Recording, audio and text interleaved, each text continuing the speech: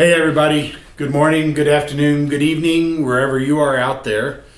It's time for another episode of our SoundTraxx Soundbites podcast. This is Train Talk from Milepost 141. And as always, I'm George, this is Graham, and we're going to talk a little bit about trains. I know it seems like a stretch, right?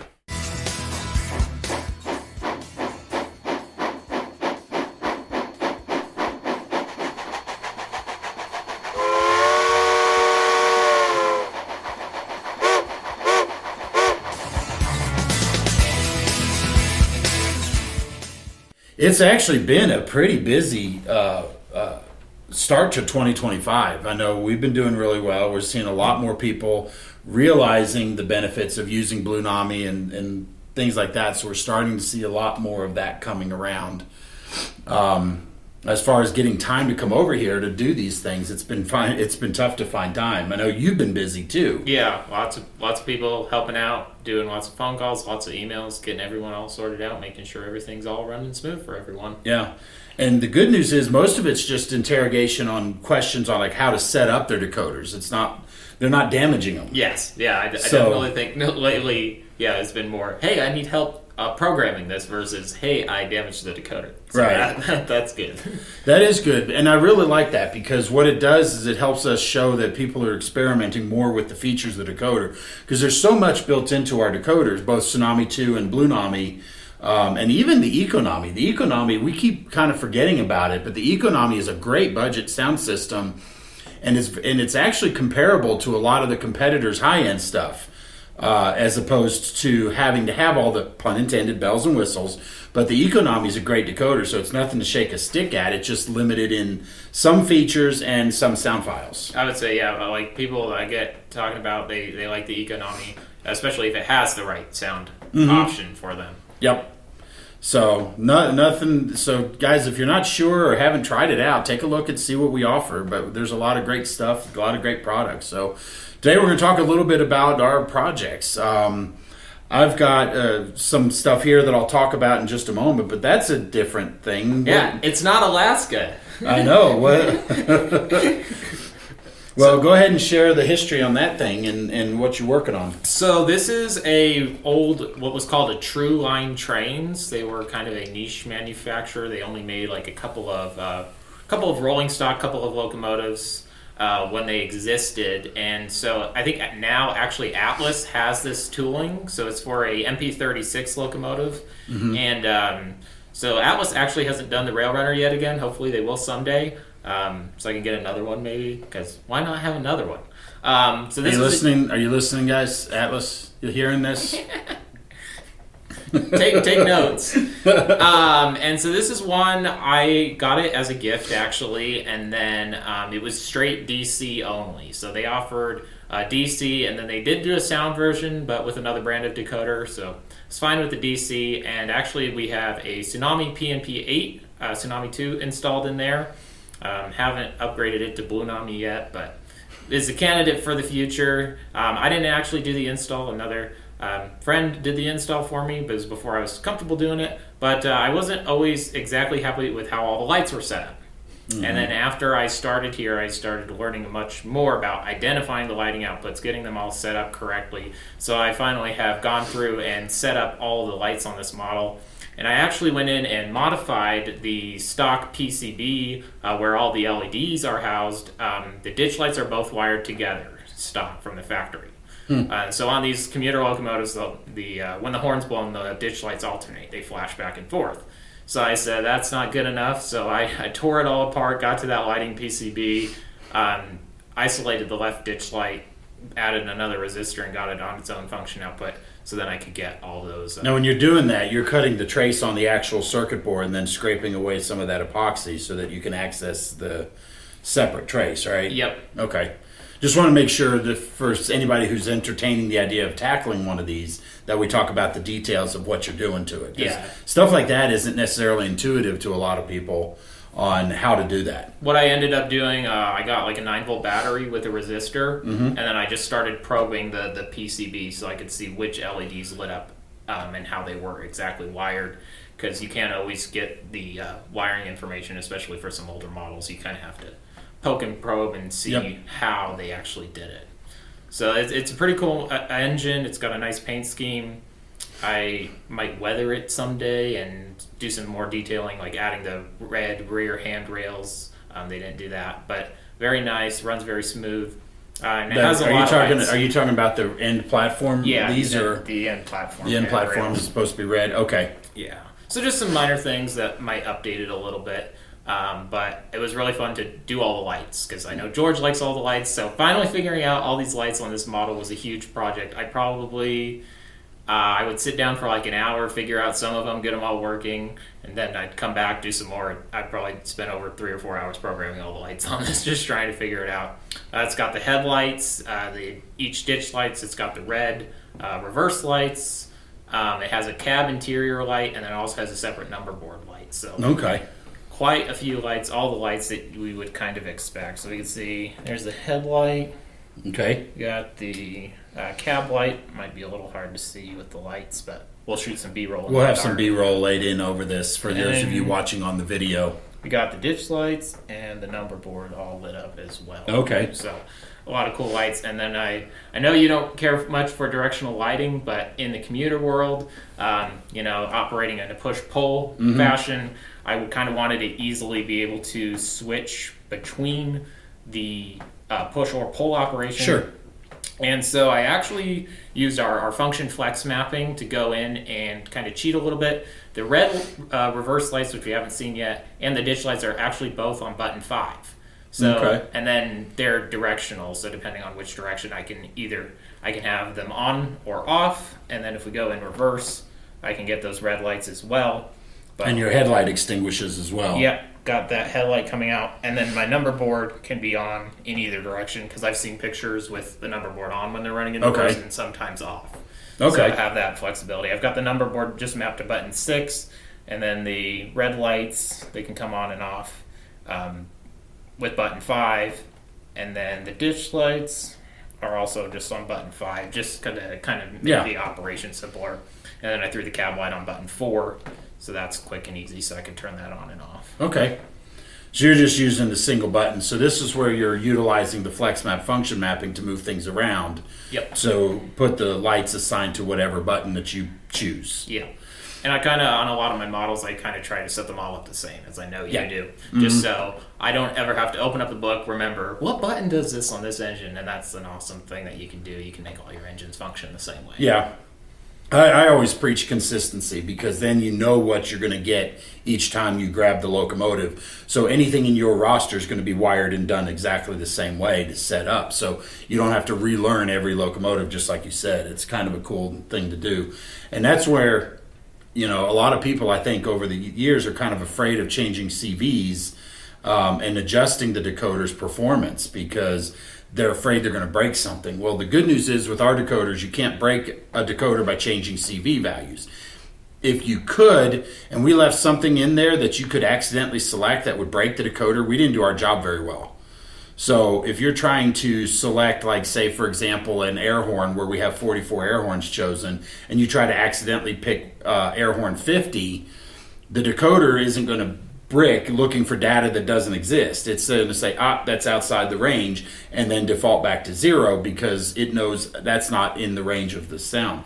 So when you guys are setting up your lights and doing all your things like that, don't be afraid to experiment. Try things out. You can always reset the decoder if it doesn't do what you want it to do. Yeah, I won't lie. This was a lot of experimenting, trying to get this all right and operating how I wanted it to. And there were some factory resets involved. Well, if I'm not mistaken, this was one of your first ones that you started tackling on your own after you started. Yeah. And so now that you had a little bit of that knowledge under your belt, we kind of use that as a learning tool as well. Yeah, especially doing that ditch light, getting that all figured out. Mm-hmm. Yeah.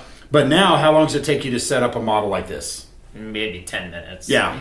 Instead of the hours. Right. So my point of bringing that up is, again, don't hesitate to experiment and try things out with these models, because there's so many features built into it. You may find something that's the coolest thing ever that you didn't know about. We do have a user's guide that helps explain how all this is set up, so that way you can get the most out of it. So he's getting exactly out of the model what he wants. Yeah. And he's doing it that way. So all the lights, including FX3, 4, 5, 6, can be directional, just like he's got here. You can set anything else to turn on automatically. So if you wanted the number boards, for example, to turn on automatically, you can certainly do that with track power. Yeah, and I had set it up for a while to just have the cab light come on when it was stopped. Kind of like the engineer's checking his paperwork or something like that. But I was actually talking to one of our great customers, and he was saying he's a real engineer, and not every time when they stop, they would not be turning on the cab light. Right. So then I just decided, okay, I'll just have it where I can turn it on and off when I want to. Yeah. So again, personal preference, and that's what's so great about these decoders is it allows you to make it work the way you want to. Now, what prime mover would be inside this MP36? It's a 645F. So this is 16 cylinder. So it's using our EMD2 sound profile. And then I forgot to mention it earlier, but it does also have dual SoundTraxx sugar cubes in there as well, our mini cube speakers. Okay. So yeah. What air horn would be on that? Right now I've got a K3LA on there. It's pretty close to it. Where is it? Am I missing it? Maybe. I've just noticed. I'm not noticing down an air horn. I think it's down below. It might be. Maybe on that other side. Okay. Well, I figured you might have known already. Because I know, like, for example, the F59 PHIs that they used as well, there's a manifold or something that kind of goes up and over on the top of the locomotive, and the air horn kind of tucks underneath that a little bit. So I didn't know if maybe there was something there in regard. But, yeah, you're right. I'm not seeing anything there on this side. Maybe it's missing. We'll find it and put some B-roll in here. Yeah. Oh, well. But, I don't know much about the MP36 because that's, basically came in as like a commuter engine in an effort to try to supplant EMD with their F50 or F40 PHs and the F59 PHI, which apparently I guess wasn't as popular as the F40 PH. And so just trying to do all of that. And then Amtrak came out with the P42s and the P40s and so forth. Now EMD isn't even making any passenger locomotives really. Yeah, I was going to say. Yeah, it's pretty cool. Well, so just sharp looking little engine. Yeah. I shouldn't say little engine. Yours are littler than mine. That's true. Let's take it for a little spin. Yeah, we'll move these guys out of the way here a little bit, and we'll take it for a run. You got the E-bell. Now you got your alternating ditch lights. Turn off the cab light.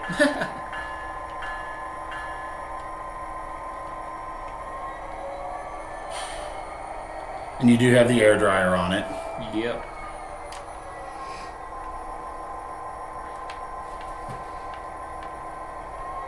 It's a smooth running engine, nice and quiet. Yeah, for as old as it is. Yeah. This is probably over 10 years old. So. Yeah, I was just saying, the MP36 came out a while back with True Line. It was one of those models I never really saw much of. Yeah. I think they did that and maybe one other model, and then they kind of went out of the business or something. Well, the whole reason this I have had it with the decoder installed for a few years, but Rapido just finally came out with the new bi-level commuter passenger cars. Oh, right. So then I had to get those. Yeah, so you have to run something with it. Yeah, have to have the nice engine with the nice car. So then I was finally like, oh, I really want to get all these lights and everything dialed in on this engine, so it was ready when I got the cars to operate with it. So that works. Yeah. And the New Mexico Railrunner actually has kind of a cool thing because they have the Roadrunner on the side, and then the trailing of that red and yellow kind of feathers into, or are feathers that kind of trail into the cars too. So it kind of creates a cool. I think it's probably one of the most iconic commuter passenger schemes, and really like symbolizes the state. Yeah, so, I think so. I always liked those bi-level cars. There was the Trinity Rail Express in the Dallas-Fort Worth area where I grew up. And they were running those back and forth. And those are, I would say, also as iconic for the state because the whole side of the car is this Texas state. Yeah. Another awesome one. So those are really cool. So nice. I like that model. So you did a good job on it. So we'll move this over and we'll talk about these guys here. Now, some of you guys may not be shocked at all that I've got a pair of Jeep15s sitting here in front of me. The Jeep15s, a.k.a. the urban tunnel motors, baby tunnel motors, whatever you want to call them, they tend to be one of my favorite locomotives to run. So I've got 2 of the brand new Athearn release. Yeah, you just got them in, yesterday? Or Yeah. over the weekend they came in the mail? Yeah, they came in over the mail over the weekend from my pusher. And but anyway, I got them, and I haven't done anything to them, and there's a reason that I haven't. But when I ordered these, they were announced as having new lighting effects. So they've got number boards and class lights on the front, and I was like, wow, you mean I don't have to do that anymore? So it was actually really cool. I'm really excited about it. And at the time they announced these, we hadn't even finished up on the Tsunami project, and so I ordered them with Tsunami2s, and they are fully equipped right now with Tsunami2s. So they will get Tsunami, because Of course. I have to have Tsunami. I can't run Tsunami2 anymore. I don't even want to run with this. But right now they're muted, and so do you have them on recall? How do you? No, you didn't. Just select 3 and then unmute. So these locomotives here, they've actually got a full set of lights. So they've got the number boards on both ends, and the nose class lights are clear on both ends. And they're both actually just sitting in address 3. So if I try to run them, they're going to pull each other, so they're not going to go anywhere. But they do have that Tsunami2 sound, so they do have a great sound to them. And I'm really excited about these, so I'm going to get working on them here pretty quick. But I'm going to have to do a couple of things to them. I'm going to have to put the crew figures in the cab, and then I will add the truck and ground lights to it. Yeah. But that's about the extent of it. I mean, really out of the box. And swap out the couplers. Oh yeah, I got to swap out the couplers. Everything gets KDs. Yeah. For sure. These will be the KD scale heads, so 158s I think they are is what I normally put on them. And then of course I got to add my magnetic MU jumper cables and the air hoses. That just adds a little extra creative. I mean, it just looks really cool under those locomotives. So. But anyway, so I'm actually really excited these things finally come in. These are 2. I've got 4 total on order. So they did 3 of the Mopac, and I did order 1 out of another one that I'll show you guys at another time. So really happy, really excited, and can't wait to get working on these. But I've got to get a couple other projects off my workbench. I've got a GP38 that's over there and another GP15 from the original run.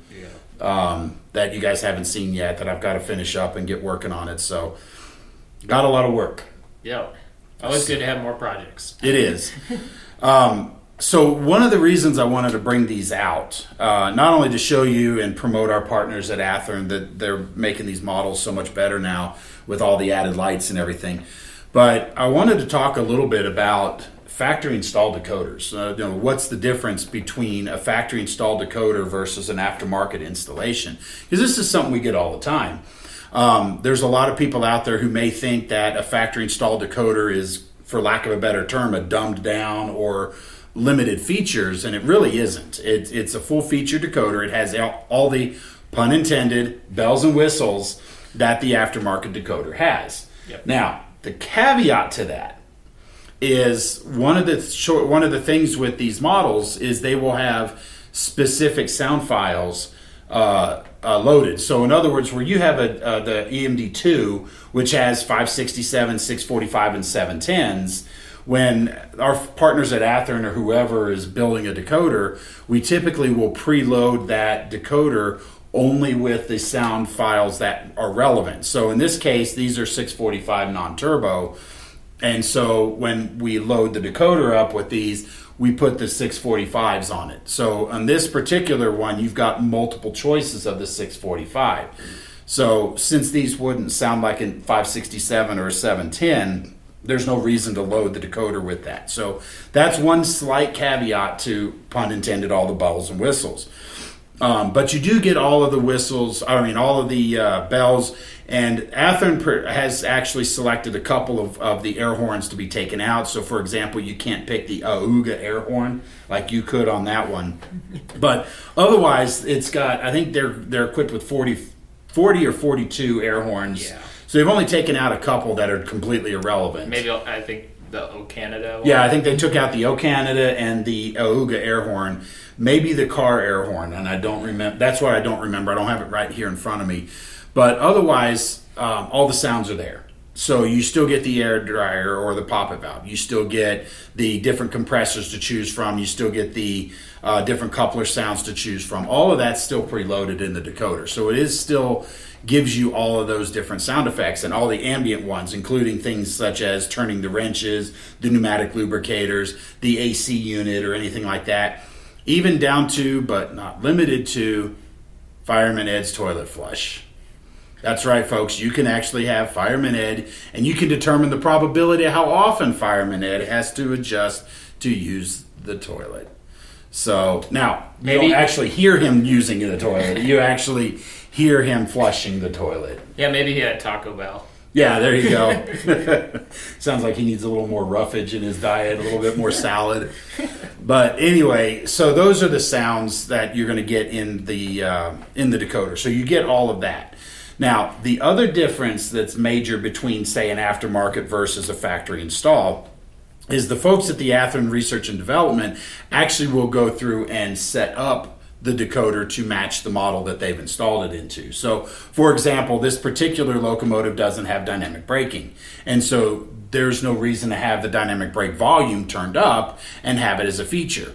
But if I use the dynamic brakes, like we've talked about in some of our videos in the past, equipped, paired up or coupled up with another locomotive, these essentially would become basically traveling boxcars.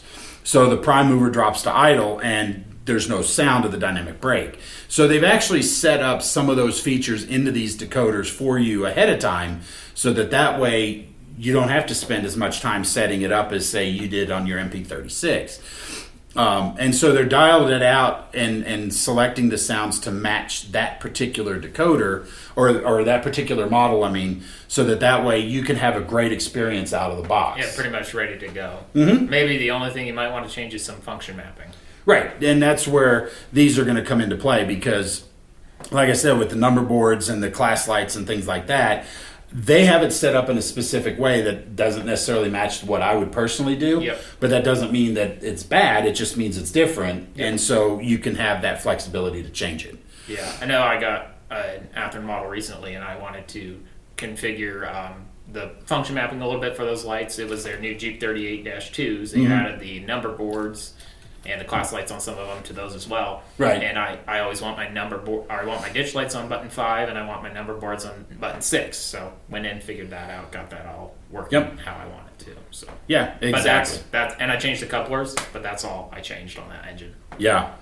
And that one's a good run, and you have to bring that out one Yeah. time for one of these podcasts as well. Maybe next podcast. You hear that, folks? Next podcast, he's going to have his GP38 that he wants to show you off. But some of the other things, like, for example, adding the echo or the reverb or playing with the equalizer, all that's still in both of the decoders, whether it's a Tsunami2 factory installed or a Tsunami2 custom you installed. All those features are still there, so you do have all of that, and you can tweak these decoders to your heart's content. Now, the last thing I'll mention is because they do have specific defaults for the model, if you go and make changes and you do a CV reset, it's going to go back to the way it was from our factory, which is Athearn's defaults. Yeah, versus the aftermarket part. Correct, versus the aftermarket. And so that's one of the things to keep in mind. So if you're trying to match, like, say, your aftermarket configuration, just know that if you do a reset, it's not going to go back to the aftermarket defaults. It's going to go back to the SoundTraxx or the Athearn defaults, or whoever, Bachmann or PBL or whoever else is using it, with some others coming soon, which I'm really excited about. So stay tuned for that. But anyway, so yeah, that's kind of the big differences. Otherwise, it's a full-featured Tsunami2 decoder, and so whatever you need in there, it's already in there. Like the Prego spaghetti sauce, it's in there. Oh, I'm sorry, that commercial predates you. Yeah. Man, you gotta get older because you miss out on half my jokes. But anyway, so that's that. We're real excited about that. I'm hoping to get these worked on here very soon. But it's funny. I was going through the other day and I was looking at my layout because I put all my GP38s on the layout. I've got my GP30, my Rio Grande Jeep 30 on there just to throw a representative of it. And then I have my other Jeep 15s, my other MP15s, the SW1200s. I found out I had 15 locomotives on the layout. I don't need 15 locomotives on the layout. You'd probably need about 2 or 3, really. Unless you're doing consists. I would say now with the expanded layout space, I've been putting 2 locomotives together. So every train gets 2 locomotives. But and I've got my GP12 and my GP7s that are on there as well. So you start adding all that up, it's like, I don't need 5 GP30s on the layout. So I took them off, put them in a box for now, but I can switch it out. So one of the things I was doing on an ops session, this was actually a couple of years ago, and I haven't done it since just because I haven't actually run trains much. I've been working on the layout more than anything. But one of the fun things I did was I took a couple locomotives and brought in the train from staging that had a replacement switcher. Yeah. And so I brought the switcher in, dropped it off, picked up the other switcher, took my cars that were headed back to staging, put it in the train, and then headed out with it. So I was able to do that. So some more operation. Just some more operation enjoyment. So let's say there was something wrong with that switcher that the local shop, the small little engine facility, couldn't fix. So they took it to St. Louis or Kansas City to get it worked on. Yeah. So that's a fun little way to add in and switch out locomotives too, so that way you can get a variety. But now I'm going to have basically, where am I at? Five fully functioned with these 2 added. 5 fully functioned Jeep 15s on the layout, and then the 2 MP15s, the Jeep 12, the Jeep 7, and then the SW1200s.